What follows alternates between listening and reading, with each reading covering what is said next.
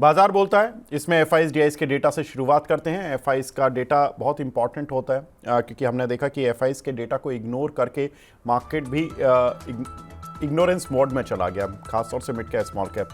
Saturday को थोड़ा institutional activities कम होती है क्योंकि छुट्टी थी दुनिया भर में, लेकिन इंडियन मार्केट खुला था तो इसलिए एफआईज को शायद इतने मौके नहीं मिले।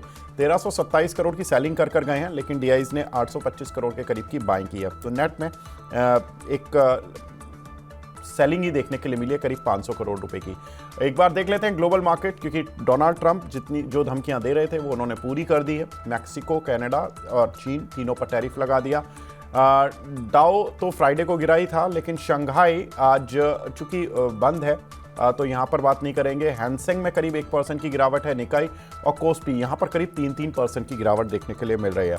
एक बार देख लेते हैं आज के टॉप गेनर्स और लूजर कौन से काउंटर हैं जो कि आज के मार्केट में स्ट्रेंथ दिखा रहे हैं और अच्छा चल रहे हैं। उनमें गैब्रियल करीब 7%, हेडसन एग्रो करीब 6.5%, एलगी इक्विपमेंट करीब 5.5%, ओरिएंट इलेक्ट्रॉनिक 5.25% और केपीआई ग्रीन टेक करीब 5%। तो ये कुछ एक काउंटर्स जो कि गेनर्स लिस्ट में टॉप पर हैं। एक बार गिरने वाले शेयर्स में देख लेते हैं कौन से शेयर हैं जो टॉप पर है, यानी कि सबसे ज़्यादा गिर रहे हैं। उनमें देखें तो बीडीएल भारत डायनामिक्स करीब 9.5% नीचे है, पावर इंडिया करीब 8.5%, हुडको, थर्मेक्स, पावर मैक का इन सभी में 7 से 8% की गिरावट देखने के लिए मिल रही है। खासतौर से जो डिफेंस कंपनियां या रेलवे कंपनियां उन पर थोड़ा सा प्रेशर बन रहा है। तो ये आज मार्केट की स्थिति थोड़ी सी नाजुक है, लेकिन जिस तरह से हमने देखा कि दुनिया के बाजार गिरे हुए हैं, कंपैरेटिवली इंडिया थोड़ा सा अनस्केच्ड है। अब पहले ग्लोबल खबरों की बात कर लेते हैं। ट्रंप ने मैक्सिको, कनाडा पर तो 25% टैरिफ लगाया और चाइना पर 10% का टैरिफ लगाया। हालांकि ये बात हो रही थी कि चाइना का टैरिफ हो सकता है कि अप्रैल में लगे, लेकिन उन्होंने लगा दिया और उन्होंने 1 फरवरी की जो धमकी दी थी वो पूरी कर दिखाई। अब ये जो टैरिफ हैं ये कल यानी कि मंगलवार से लागू हो जाएंगे। हालांकि कनाडा ने रिटेलिएट करते हुए अमेरिकी प्रोडक्ट्स पर 25% टैरिफ लगा दिया। उनके जो प्रधानमंत्री हैं उन्होंने भी बोला कि $106 बिलियन के करीब के जो भी अमेरिकी प्रोडक्ट्स हम इंपोर्ट करते हैं उस पर टैरिफ लगा देंगे। तो ग्रेजुअल मूव रहेगा उनकी तरफ से। उन्होंने अभी कुछ प्रोडक्ट्स डाले हैं, फिर धीरे धीरे अगले 1 वीक में ज़्यादा प्रोडक्ट्स को वो इंक्लूड कर लेंगे, अमेरिकन प्रोडक्ट्स को। कनाडा में 9 मार्च को ट्रूडो की जगह नई पार्टी उम्मीदवार की घोषणा होगी। तो अब करीब 1 महीना रह गया जहाँ पर कि वहाँ पर उन्हीं की पार्टी के नए उम्मीदवार आएंगे, क्योंकि ट्रूडो को डोनाल्ड ट्रंप लाइक नहीं करते, तो थोड़ा सा इस तरह से भी पार्टी उनकी सोच रही है। साथ ही कनाडा में अगले 2 महीने में चुनाव भी हो सकते हैं। अवैध प्रवासियों ड्रग्स के रोकने पर ही टैरिफ हटेगा, अमेरिका ने बोला है। हालांकि टाइमलाइन उन्होंने नहीं बताई है कि ये टैरिफ कब तक हटेगा। तो अभी जब तक इस क्लैरिटी नहीं आ जाती, जब तक ये टैरिफ तो इम्पोज रहेगा सभी कंट्रीज़ पर। अमेरिका ने यह भी धमकी दी है कि यूरोप पर भी टैरिफ लगा सकते हैं, और यूरोप ने भी धमकी दे दी है कि अगर आपने हम पर टैरिफ लगाया तो हम भी पीछे नहीं हटेंगे। तो अब ये जो ट्रेड वॉर है ये सिर्फ नॉर्थ अमेरिका और चाइना में नहीं रह गया, ये अब आगे बढ़ता जा रहा है और यूरोप की तरफ भी जा सकता है। चीन के मार्केट 28 जनवरी से 4 फरवरी तक बंद है, तो लुनार फेस्टिवल के चलते। तो वहाँ पर जो संकेत मिलेंगे वो हैंसेंग से ही मिलेंगे, जहाँ पर कि चाइना के लिस्टेड शेयर है। टैरिफ लगने का असर क्या होगा? एक्सपोर्टर्स की आय घटेगी कनाडा, मैक्सिको, चाइना के। साथ ही कनाडा में तो ये भी बातें आ रही हैं कि मंदी भी आ सकती है, वहाँ पर रिसेशन का रिस्क आ रहा है। अमेरिका के इंपोर्टर्स के लिए रॉ मटेरियल थोड़ा सा महंगा हो जाएगा, प्रोडक्ट्स महंगे हो जाएंगे। अमेरिका के इंटीग्रेटेड जो प्रोड्यूसर हैं, जो रॉ मटेरियल भी इंपोर्ट नहीं करते थे और अपने यहाँ पर ही प्रोडक्ट बना रहे थे, उनको बड़ा फ़ायदा मिल जाएगा, क्योंकि उनके पास रॉ मटेरियल भी है और एंड प्रोडक्ट भी है। तो वो पूरा प्रोडक्ट बनाएंगे और अमेरिका में बेचेंगे, तो बड़ा फ़ायदा मिलेगा। इमर्जिंग मार्केट की करेंसी होंगी कमज़ोर, डॉलर होगा मजबूत। हम देख ही रहे हैं, जैसा सनी सर ने बताया कि आज रुपया ऑल टाइम लो पर है। तो हम इमर्जिंग मार्केट इकोनॉमी है, तो हमारा रुपया कमज़ोर हो गया। अमेरिका में जो इन्फ्लेशन रेट है वो 1% बढ़ने का अनुमान लगाया जा रहा है कि जो ये टैरिफ लगाए हैं उससे अमेरिका की खुद की इकोनॉमी में इन्फ्लेशन बढ़ जाएगा, और इन्फ्लेशन अगर वहाँ बढ़ेगा तो वहाँ पर इंटरेस्ट रेट तो कम होने की संभावनाएं और घट जाएंगी। साथ ही अगर देखें तो भारतीय एक्सपोर्ट कंपनियों के लिए थोड़े से मौके मिल सकते हैं।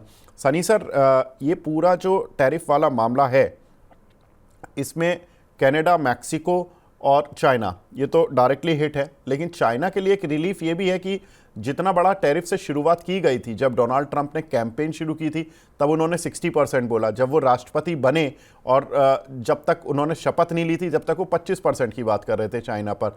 फिर उन्होंने लास्ट में जब राष्ट्रपति बन गए और उससे 1-2 दिन पहले से बातचीत शुरू की कि मैं 10% टैरिफ लगाऊंगा, और 10 ही लगाया। तो इसको मैं रिलीफ माने या हम इसको ये माने कि ये एक धमकी है पहले फेज की, उसके बाद आगे भी जारी रहेगा?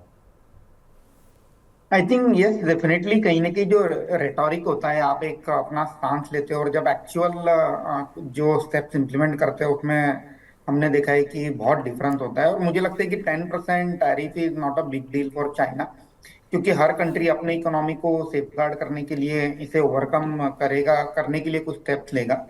तो ultimately the first step is कि आप अपनी करेंसी को थोड़ा डेप्रिशिएट कर दीजिए, तो that the one way. Then somehow you आप ट्राई करो कि आप डीम एक्सपोर्ट कीजिए दूसरे कंट्री के थ्रू, जहाँ अगर आप देखेंगे कि जहाँ जो कंट्री पे टैरिफ नहीं है, आप उनके थ्रू आप अपना एक्सपोर्ट चैनल बनाइए। तो मुझे लगता है कि every country will try to save its own economy, और कहीं ना कहीं इसका जो सॉल्यूशन है वो ढूंढने की कोशिश करेगी।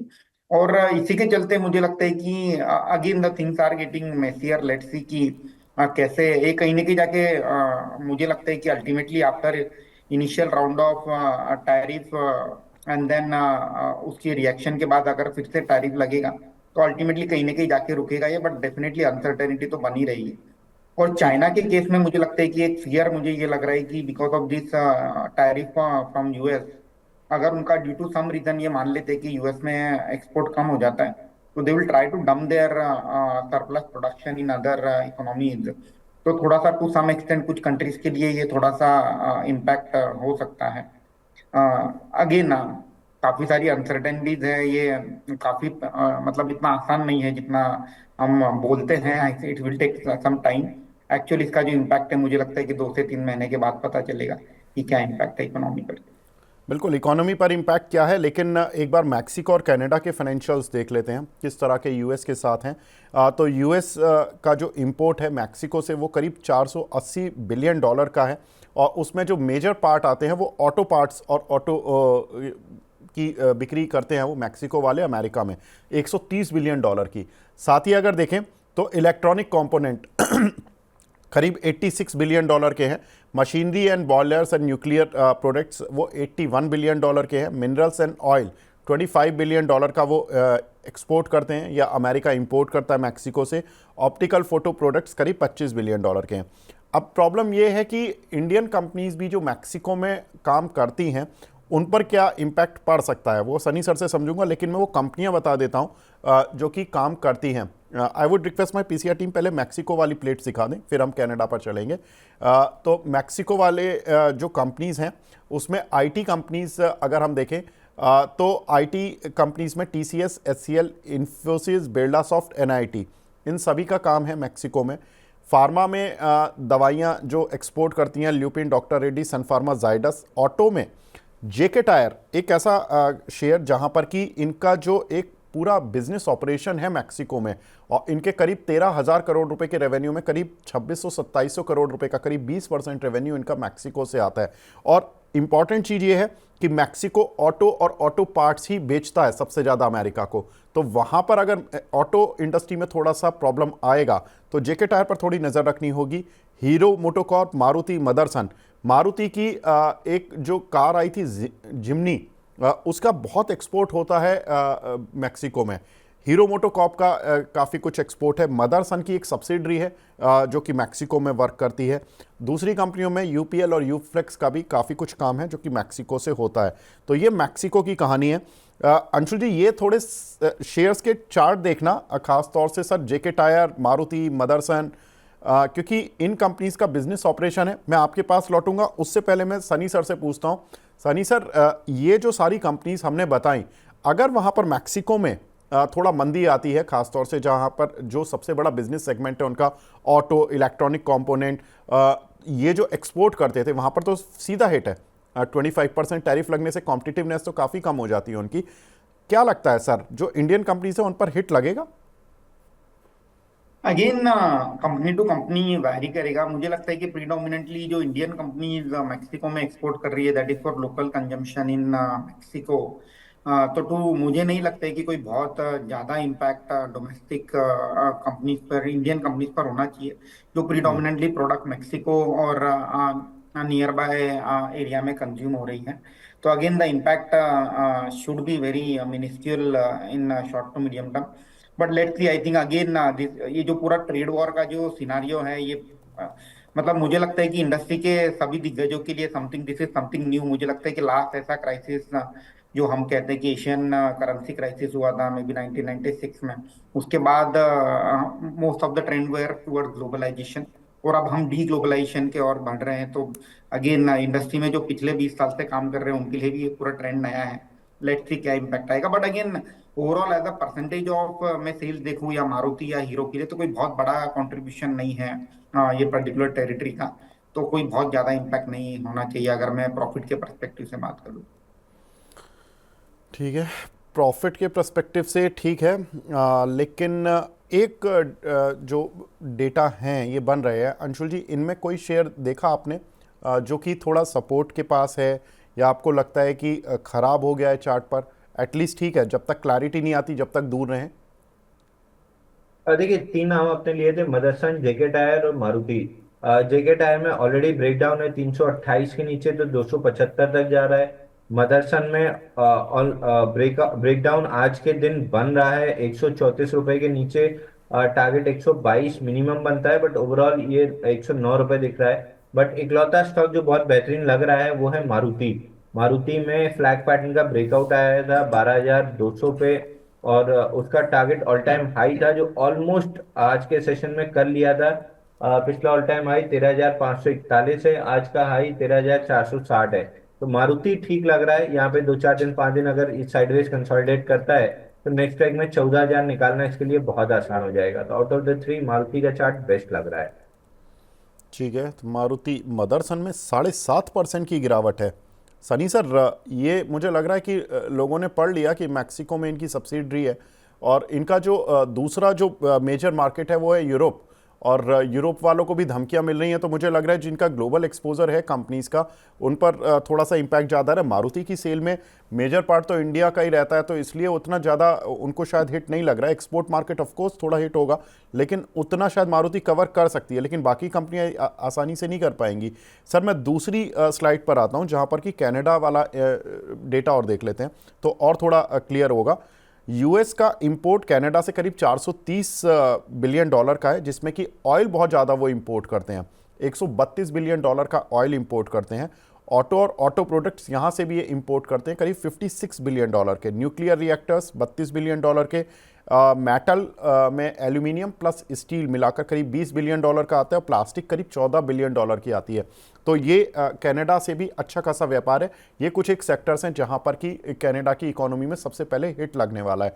अब देख लेते हैं इंडियन कंपनीज जो कि कनाडा में जिनका एक्सपोजर है। देखिए, जब किसी देश में दिक्कत आती है तो उम्मीद हो जाती है कि, या आशंका हो जाती है कि उस कंपनी पर भी थोड़ा सा प्रेशर तो आएगा। तो ये कुछ एक कंपनीज हैं जो कि इंडियन कंपनीज हैं जिनका कनाडा से रेवेन्यू आता है। उन कंपनीज के नाम देखते हैं। प्राइम फोकस, इसका 65% रेवेन्यू कनाडा से आता है। हाईटेक गियर का करीब 28% रेवेन्यू आता है। हिंदुजा ग्लोबल 12%, डायनामेटिक टैक करीब 10%, अवंती फीड्स करीब 9%, एक्सिस किड्स करीब 5%, क्वेस्कोर, पटेल एयरटेम्प और कोपरान इनके लेस देन 2% रेवेन्यू आते हैं। सनी सर, अगर किसी कंपनी का रेवेन्यू इतना मेजर है, like for example Prime Focus, Hitech Gear, Hinduja Global, एक और उस देश में मंदी आ जाती है, उस देश में प्रॉब्लम होती है, तो कितना टफ होता है अपने उस बिजनेस को ग्रोथ दिखा पाना, या उतने ही बिजनेस को सस्टेन कर लेना? कुछ प्रेशर बढ़ेगा सर? ये डेफिनेटली आई थिंक इकोनॉमी अगर स्ट्रेस में है, मंदी में है, तो डेफिनेटली उसके जो बिजनेसेस है उसमें भी स्लो डाउन देखने मिलता है। और इसमें कोई दो राय नहीं है कि जिन कंपनीज का मोर देन 10% बिजनेस कोई पर्टिकुलर इकोनॉमी से आता है जहाँ स्लो डाउन है, तो उसका impact definitely overall domestic operation, console operation पर भी आएगा। अगर मैं सेल्स और प्रॉफिट की बात करूँ तो यस, आई थिंक जो कंपनीज का मोर देन 10% कॉन्ट्रीब्यूशन है कनाडा से, वहाँ फिर से एक बार एनालिस्ट कम्युनिटी को जाके अपने एस्टिमेट्स रिवाइज करने होंगे। उन्हें ट्रैक करना होगा कि एग्जैक्टली क्या होता है अगले 2 से 3 महीने में, and then need to revise their respective earning estimate. बिल्कुल अंशुल जी, ये सारे जो शेयर्स मैंने बताए, प्राइम फोकस, हाईटेक गियर्स, हिंदुजा ग्लोबल, कोई लग रहा है क्योंकि प्रेशर में तो है। देखिए, मार्केट गिरा हुआ है, इसलिए ये कहना तो आज थोड़ा सा टफ हो रहा है कि कौन सा शेयर अपनी वजह से गिर रहा है, कौन सा शेयर मार्केट की वजह से गिर रहा है, लेकिन गिर तो सारे ही रहे हैं। प्राइम फोकस भी नीचे है, हाईटेक गियर भी करीब 5% नीचे है, हिंदुजा ग्लोबल भी थोड़ा नीचे है। सर इनमें कोई लग रहा है चार्ट पर ब्रेकडाउन या कुछ प्रेशर में है? सर दो तीन चीजें हैं इन स्टॉक्स में। एक तो ये न्यूज खराब है इन सब को लेके, टैक्स वगैरह को लेके। दूसरा mid cap small cap index ही खराब दिख रहा है। अगर आप सीनेक्स मिड कैप देखें तो आज फ्रेश ब्रेकडाउन देने की कोशिश कर रहा है, एक लोअर हाई बनने की कोशिश हो रही है। अगर ये सक्सेसफुल होता है तो सीधा सीधा यहाँ से 47,000 मतलब स्विंग लो खुलता है 50,875, फिलहाल 52,900 53,000 है। तो 2,000 पॉइंट नीचे का स्विंग लो और 5,000 पॉइंट नीचे का 47,000 का टारगेट खुलता है मिड कैप पे। तो इन कंपनीज के साथ तीन प्रॉब्लम है, एक तो टैक्स वाला चक्कर, एक मिड कैप की पिटाई, मिड कैप स्मॉल कैप की पिटाई, तीसरा इंटरनली कुछ ना कुछ रिजल्ट ऊपर नीचे होते हुए एक्सपेक्टेशन रहेगी कि रिजल्ट कुछ खराब होंगे इनके अगले एक दो क्वार्टर। तो तीन तरफा पिटाई हो रही है। तो चार्ट पे किसी भी स्टॉक में ऐसा नहीं लग रहा है कि बड़ी जल्दी रिवर्सल बन जाएगा। अगर मिड कैप इंडेक्स में रिवर्सल बनता भी है तो थोड़े फ्रंट लाइन टाइप के काउंटर चलेंगे, ना कि ये वाले सेकंड लाइन थर्ड लाइन वाले काउंटर्स। मेरे को किसी के भी चार्ट अच्छे नहीं लग रहे हैं, एक झलक में मैंने सारे देख लिए हैं और किसी में एटलीस्ट फ्रेश बाइंग की सलाह तो नहीं दिख रही है। ठीक है, तो फ्रेश बाइंग की सलाह नहीं दिख रही है। हालांकि आज रेलवे और डिफेंस शेयरों पर भी बात करेंगे क्योंकि बहुत सारे लोग फंस गए हैं। बजट से पहले उम्मीदें बनाए बैठे थे, बजट वाले दिन जब बजट आया उसके बाद 5-5% गिरे, आज भी 5-5% गिरे।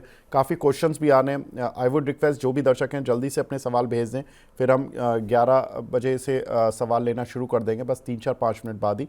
सर सनी सर, एक और इम्पॉर्टेंट चीज़ सर, भारतीय बजट में भी ट्रंप का थोड़ा डर दिखा। शायद government of India cautious mode पर है, वो भी डोमेस्टिक कंजम्पशन को अपने बढ़ाना चाहते हैं क्योंकि उनको लग रहा है कि एक्सपोर्ट फ्रंट थोड़ा सा हिट होने वाला है अगले कुछ महीनों में। इसीलिए शायद उन्होंने 12 लाख की लिमिट भी की टैक्स की, जो आम आदमी के लिए की है। लेकिन जहां पर तीन जगह पर, 3-4 पॉकेट्स पर जहां पर सीधे तौर पर डर दिखा, वो मैं बताता हूं। 1600 सीसी की मोटरसाइकिल पर इंपोर्ट ड्यूटी 50% से घटाकर 40% की गई है और 1600 सीसी से ऊपर की क्षमता वाली जो बाइक है उस पर ड्यूटी 50% से घटाकर 30% की गई है। आपको याद होगा जब डोनाल्ड ट्रंप पहली टर्म में आए थे तब उन्होंने हार्ले डेविडसन को लेकर बोला था कि आप, भारत जो है वो बहुत ज़्यादा ड्यूटी लगाता है हमारी कंपनियों पर, हमारी खास तौर से उन्होंने मोटरसाइकिल पर बोला था और ट्रंप के आते ही मोटरसाइकिल पर इंपोर्ट ड्यूटी घट गई। तो यानी कि बजट में इस चीज़ का डर है, ये डोनाल्ड ट्रंप को खुश करने के लिए किया गया है। अगर हम देखें तो 2024 में अमेरिकी मोटरसाइकिल की एक्सपोर्ट वैल्यू जो इंडिया में आई है वो हार्डली $3 मिलियन की थी। अब लग रहा है कि शायद ये अमेरिकी मोटरसाइकिल कंपनियों के लिए इंडियन मार्केट खुलेगा।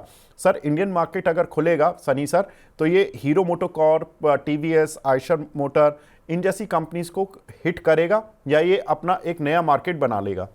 आई थिंक विवेक जी आपने बहुत सही कहा कि जिस तरह से प्राइम मिनिस्टर साहब का शायद ये मंथ में या नेक्स्ट मंथ में यूएस दौरा है, उसके पहले के काइंड ऑफ प्रीकर्सर इंडिकेशन है कि we are willing to lower our tariff on American goods.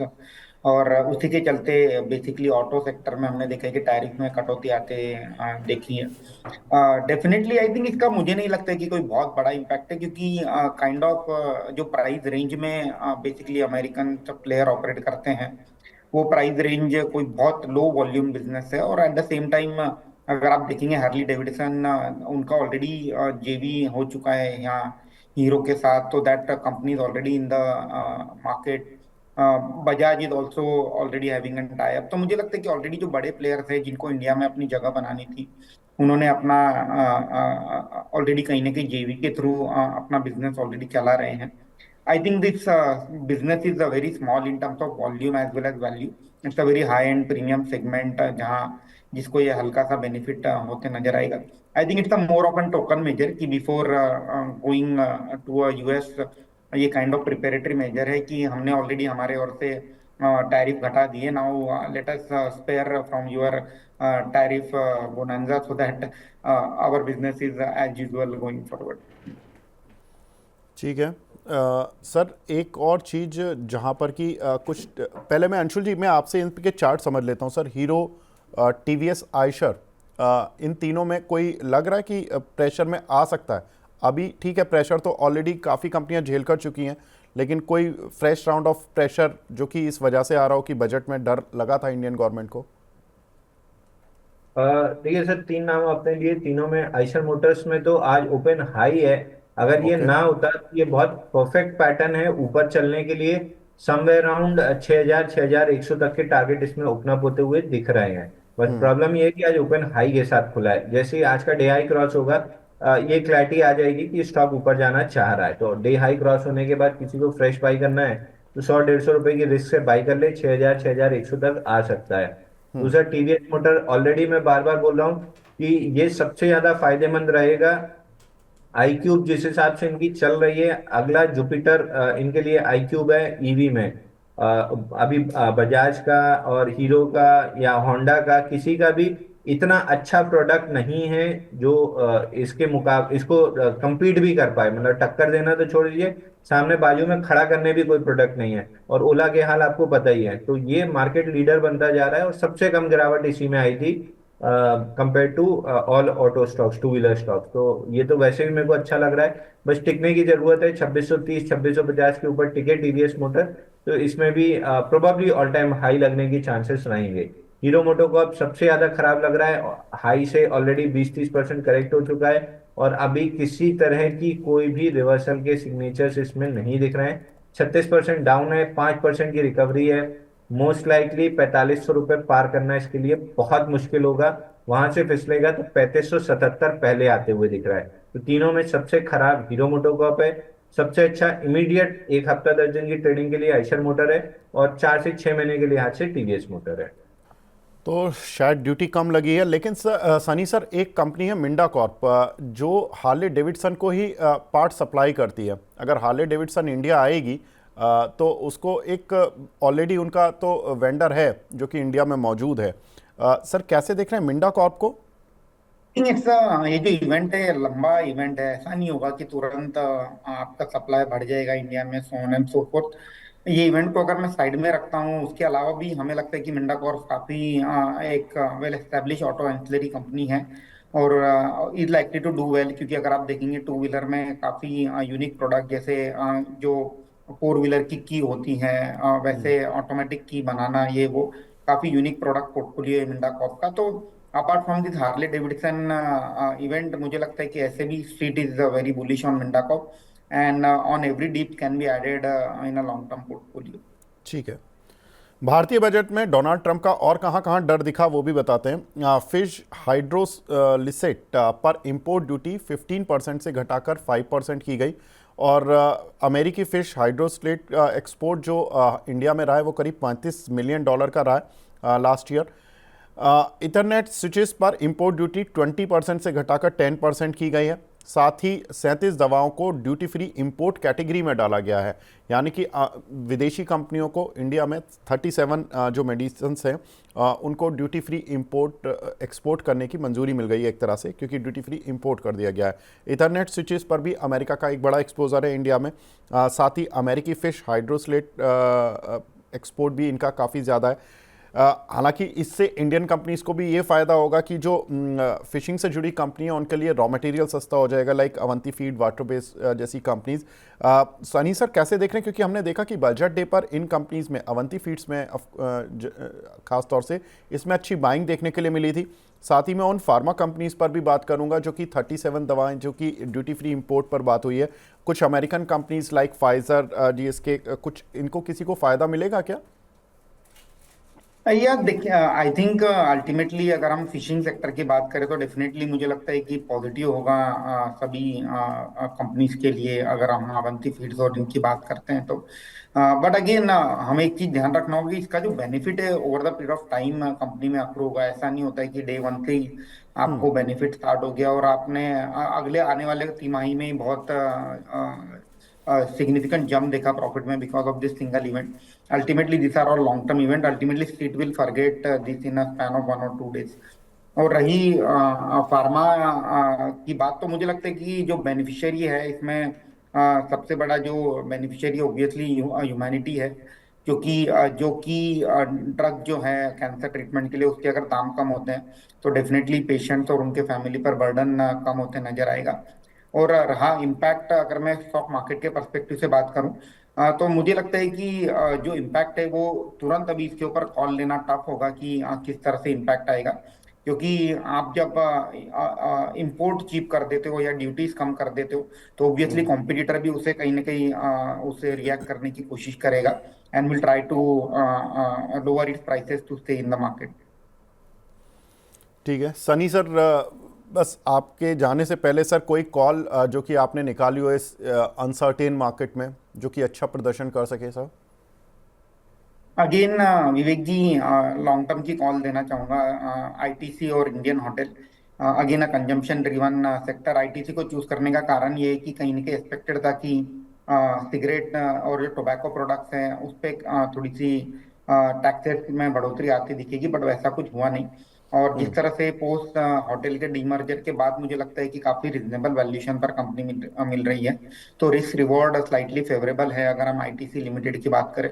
हालांकि प्राइस टारगेट सिर्फ 15% ऊपर का रखा है हमने over the period of next 12 month. I think तो ITC can be accumulated gradually. मैं ये नहीं कह रहा हूँ कि जाके आपको आज ही स्टॉक ले लेना है। मार्केट आर वोलाटाइल और मुझे लगता है कि अगले 2 से 3 महीने वोलेटिलिटी का जो बर्डन है मार्केट पे बना रहेगा। तो ग्रेजुअल सीप रूट के थ्रू भी आप आईटीसी ले सकते हैं। And second is the Indian hotel, जहां हमने देखा कि काफी अच्छे नतीजे भी आए। एट द सेम टाइम अब स्टॉक में करेक्शन भी ऊपर से ऑलरेडी हो चुका है। तो Indian hotel is another stock which we feel की more more of an domestic consumption story है। तो इंडियन होटल को हमने चूज किया है with an upside of 15% from a current market price.